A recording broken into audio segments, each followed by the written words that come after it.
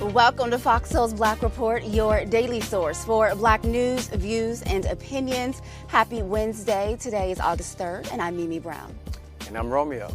I'm Demi Lobo, and on today's report, news about Carolyn Bryant Dunn, the woman responsible for the death of Emmett Till. She's reportedly receiving end-of-life hospice care. Meanwhile, the men who threatened Nancy Pelosi's life during the insurrection sentenced to time behind bars, the longest sentence yet for anyone involved in the insurrection. Then a new lawsuit is brought up by the cop, the former Minnesota cop, Kim Potter, by the girlfriend of Daunte Wright, who was killed. We'll break that story down. Plus, Beyonce and Khalees, they feud. It's going to heat up, and Beyonce throws in the towel on Khalees altogether. We'll talk about that. And Tiger apologizes for Mexican stereotypes in his music video. We have all of that and so much more. This is our voice and our truth, so let's get it.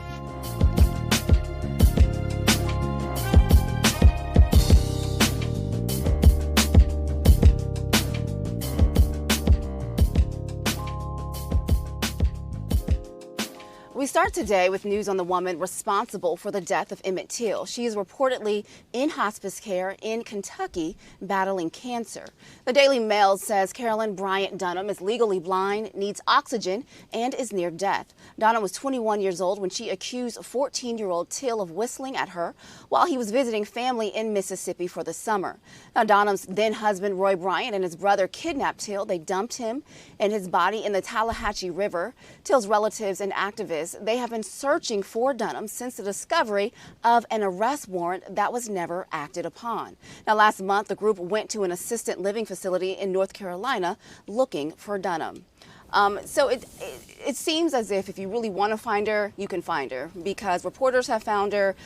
We know that his family, Emmett's family, they dug up the arrest warrant. So she's 88 years old. She's managed to go unseen for almost 2 decades. No one has seen her publicly since 2004. So how she's been able to pull that off, that would be interesting to find out. So today she's living in a small apartment community in Kentucky with her son, Thomas Bryant, who's 71 years old. And as I said in the story, she's suffering from cancer. She's legally blind. She's living out her life in a hospice care. There's a nurse coming to her home a couple of times a week to take care of her.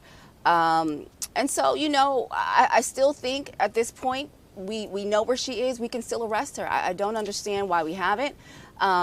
Because she's old or sick or whatever the case may be, she still played a huge part in the role in the murder and the death of Emmett Till. I think that at hospice care, at this situation, at this point in her life, arresting her just, because I am outraged by what happened to Emmett Till. I'm from Chicago, so this is a story that we've talked about for my entire life pretty much. So I'm not taking it lightly, but I also just feel like at this stage, if indeed true, at this stage in her life, arresting her is just like at 88, she has cancer, she's in hospice fighting for her life, just seems a little insensitive. I think that the facts remain the facts, that what she said and what she did to cause Emmett Till's death are the facts, but also I feel like it's just insensitive to wish, you know, more harm on an individual. It just for something about that just doesn't seem right to me. I totally disagree. Here's a lady at the age of 21 years old. She made those accusations. She accused a 14-year-old of what he really didn't do. His life was stolen from him. He was beaten to death. People saw in the open casket, they saw how devastating this was. Now, she gets to live on 67 more years. Whether it's a weight on her shoulder or not, but she had freedom. She gave life. She had a family. She had so much. I don't even want to bring up the Bill Cosby because that's a whole different subject, but he's an older man, but still in all, like, if he did something wrong, if there's charges brought up, we're going to go to trial. We're going to do what we have to do. I want to try and have sympathy, but no one has sympathy for Emmett Till when that happened to him on that day. I don't have any sympathy, and because she's 88 years old, I mean, Cosby may be a different case, but they just arrested a man who was 101 years old for his role in the Holocaust. So if we can arrest a man who's 101 years old for his role in the Holocaust, we can arrest this woman who's 88 years old.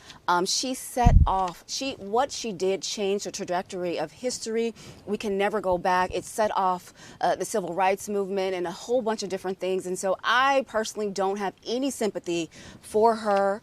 at this stage in her life or any stage in her life. You know, I definitely agree with you that what she did changed the trajectory of history forever. We will never be able to have, there will never be a different story. What she did definitely is etched in history, in our history books. But I don't think that it's about having sympathy, because I don't have sympathy for her. I don't have any sympathy for her as a person. But I just feel like, Romeo, like you said, 67 years went by. There should be also some accountability for why she was able to live unharmed and under a rock for 67 more years. That I care more about. How was she able to live for this long and no one find her? Who was responsible for keeping her, you know, for those times? But like now it's kind of like at 88, now all of a sudden we want to arrest her. It just seems well, the Daily Mail, they knocked on the door. They asked, you know, did she want to say anything? They asked her and the son, do you want to say anything? She stood behind the son. She didn't say anything, and the son shook his head no. They didn't want to. They didn't have a comment. I mean, at this point, at least apology, something, anything. You know, I want the world to know that, you know, my role in this, I am true, whatever. I don't care. I don't want to put words in her mouth, but she said nothing. And so, you know, it just seems even 67 years later that there is no accountability. Yeah, I mean, my only thing is I think that for soulmates, you have people, I like to read a lot of comments online. I feel like if we go into this, well, you know what, I'm happy that she's dying now. That's what I don't want people to go into this, like, and evil. We're not, but I'm saying that, like, when we praise the fact that, like, you know, whatever, like, I feel like there are people that go into this nasty downward spiral. I think we should focus on the facts, but I just don't want it to be like, oh, we have to give her sympathy. It's not about sympathy, but I feel like there are evil people in the world, and I don't want people to confuse, because I read comments confused that, like, oh, well, we're going to take it light on, we don't want to take it light on her means that we're happy that she has cancer and that she's in hospice care right now based on what she did to Emmett Till. If I'm in that part of the family, of Emmett Till's family, I want justice until I can't possibly get it. What is the justice? What is justice 67 years later? I want her brought in. I want her arrested. I want her to face charges. I mean, listen. What charges if she's dying very much so? Murder. She can still face those charges. And let me just say this, because we've got to move on, but at the end of the day, we do stories every day here of black men, black women who are in jail, wrongly convicted, that spend their entire lives in jail for something minute or something they didn't even do. I mean, there's a man in Louisiana who stole something from a gas station who got 55 years. You know what I'm saying? And he's 88 years old, and they won't let him out of jail. When we look at the justice system, we know that it's not fair. We're looking at this lady, we're feeling sorry for her. And if you say it's not sympathy, I still feel like it's a little sympathy. We're feeling sorry for her. We're looking at her. She's dying. She's on her deathbed, whatever it may be. And so now we don't want to prosecute her. I still think she did the crime, and she should be prosecuted regardless. End of story. All right. A right-wing militia member who had a gun and threatened Nancy Pelosi's life during the insurrection was sentenced this week to the most time of anyone involved in the January 6th attack on the U.S. Capitol. Guy Wesley Reffitt was sentenced a little over 7 years in prison, and now this is the longest sentence yet for anyone, again, like I said, who was involved in the insurrection. A jury found the Texas man guilty in March. Prosecutors say this was a part of the far-right Three Percenters militia. Reffitt, he told fellow members of his militia group that he planned to drag House Speaker Nancy Pelosi out of the Capitol with her head hitting every step on the way down. He even threatened to harm his own children if they outed his role in the Capitol attack. Reffitt apologized for his action in court on yesterday. This is one of those cases that an apology is simply not enough. We saw a black man also who was one of the first people to get jail time. And so with this insurrection, I don't want to compare another story to this. I'm isolating the insurrection here for a second. I don't care really that it's the longest sentence time of anyone. I believe that everyone who was a part of this, all the way up to Donald Trump, should be in jail immediately. Yeah, here's a man that was trying to stop Congress, but also physically attack and remove people from there as well. So he said what he said. You know, we all know what that statement means when we normally hear it.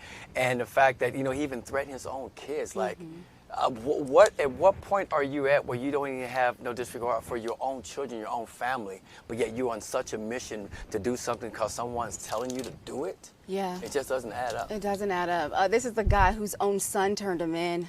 His son says that he's been ostracized from the family. He's not allowed to go to the family functions and to the house anymore. And this is the same guy who not only said that about Nancy Pelosi, but he said it about Mitch McConnell as well. So, I mean, he literally, and he was the guy, I don't know if you guys remember, but there was a guy who had on a helmet with the camera on it. So he videotaped what he did when he went in there, and his son called the FBI weeks before this happened. And he gave them a heads up that his father had sent a text that something big was going to go down, and the FBI didn't investigate it, and they didn't call the son until the day of the insurrection. Then they wanted to investigate it. And so, it must have been hard for the son to rat on his dad and help convict him, but he did the right thing, and 7 years, listen, it is what it is. I mean, also, too, this is the same man that was armed. He had a Smith & Wesson gun. He had zip ties.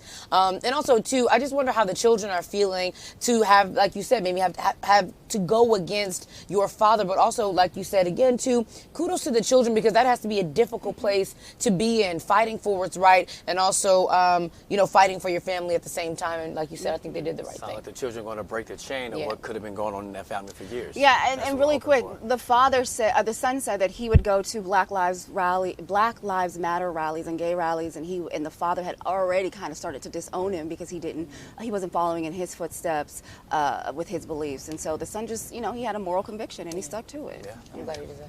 Well, the Department of Defense wiped the phones of its top officials, erasing text messages sent on January the 6th.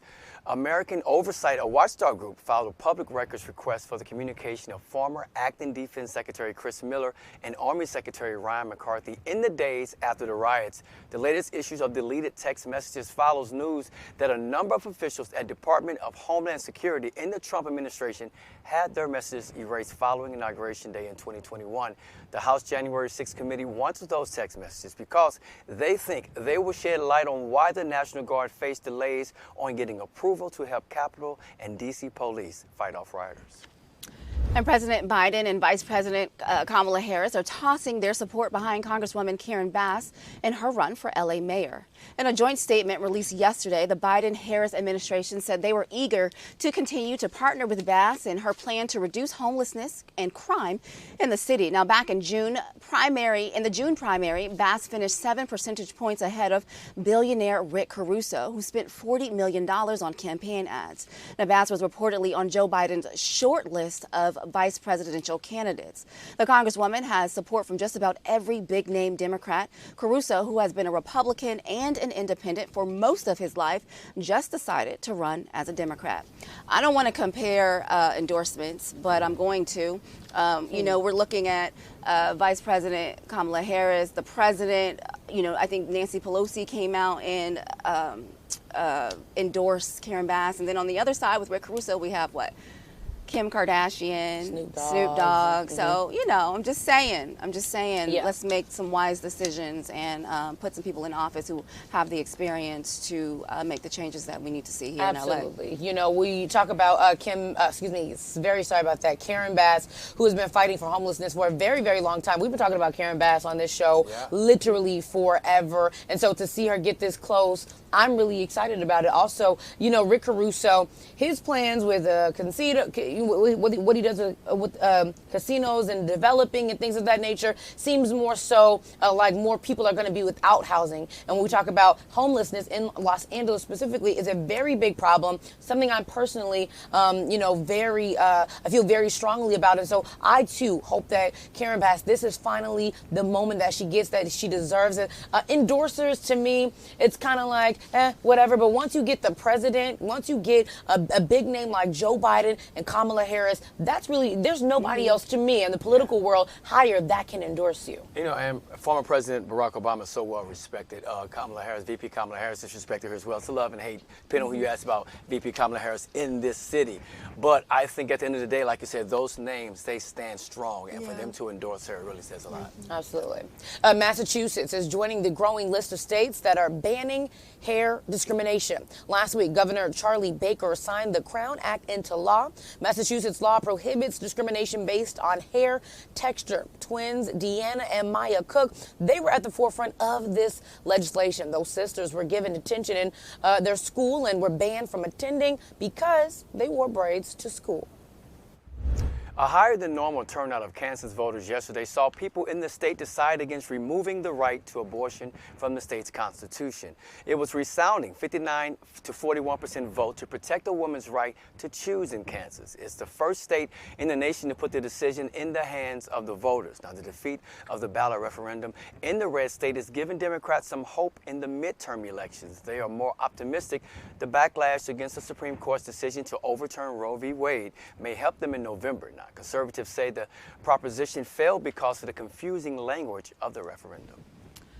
The girlfriend of Daunte Wright, the young man killed by former Minnesota cop Kim Porter, is suing Porter and the city. Ayanna Payton says in her suit, Porter's conduct left her with severe injuries and post-traumatic stress syndrome.